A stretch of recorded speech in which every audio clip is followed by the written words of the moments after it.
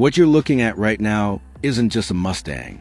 And honestly, calling it that almost feels wrong, because this is something far more extreme, far more focused, and built with one goal in mind. This is a Ford Mustang Shelby GT500, and it doesn't care about subtlety. From a very first glance, it hits you hard. That front end is aggressive in a way that almost feels intentional, like it's daring you to underestimate it. The massive grille, the deep air intakes, and that exposed carbon fiber hood vent aren't there for looks. They're there because this car needs to breathe. It needs airflow. It needs cooling, because what sits underneath generates serious heat and even more power. Look at the details. The splitter sits low, almost scraping the ground, designed to keep the front planted at high speeds. The headlights are sharp, focused, and almost predatory. And that Shelby badge sitting the grille, that's not decoration. That's a warning. Step around it, and the wide stance becomes even more obvious. This car looks like it's pushing against the road, ready to launch at any second. The wheels are massive, the body lines are muscular, and every inch of it feels engineered for performance, not comfort. Open the door, and the vibe shifts, but only slightly. You're still in a performance machine, just one that understands you'll be sitting in it for more than a few minutes. The cabin is driver-focused, with everything positioned exactly where you need it. The seats are aggressive, hugging you tight, holding you in place because this car knows what it's capable of. Materials? A mix of leather, Alcantara, and carbon fiber. It feels premium, but it's not trying to be a luxury lounge. It's a cockpit, a place where control matters more than comfort. Now let's get to the part that really defines this car. Performance. Under the hood sits a supercharged V8 that produces over 700 horsepower. And the moment you press the throttle, you understand exactly what that means. This isn't smooth, gentle acceleration.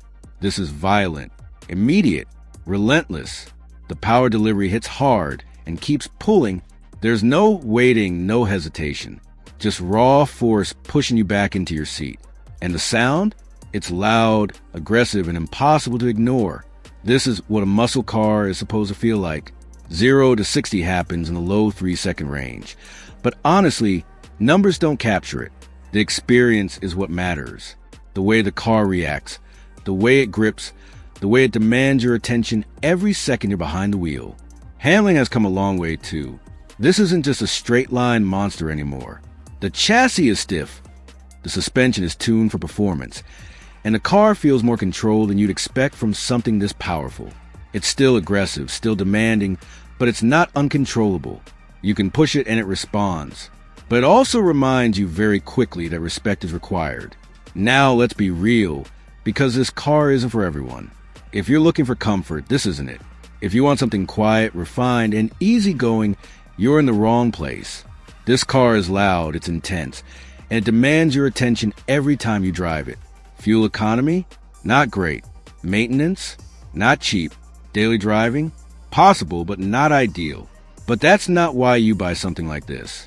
You buy it for the experience, for the adrenaline, for the feeling you get every time you start up and hear that engine come to life. You buy it because it makes every drive feel like an event. Compared to something like a Chevrolet Camaro ZL1, or even high-performance European coupes, this feels more raw, more mechanical, less filtered. It doesn't try to hide what it is. It embraces it. And that's what makes it special. Ownership comes with trade-offs, but also rewards. This is a car that holds value well, especially for enthusiasts. It's the kind of vehicle people remember, the kind they talk about, the kind they want. So is it worth it? If you're thinking logically, probably not. There are faster cars, more comfortable cars, more practical cars. But if you're thinking emotionally, if you want something that delivers a pure, unapologetic driving experience, something that feels alive every time you touch it, then yes, it absolutely makes sense.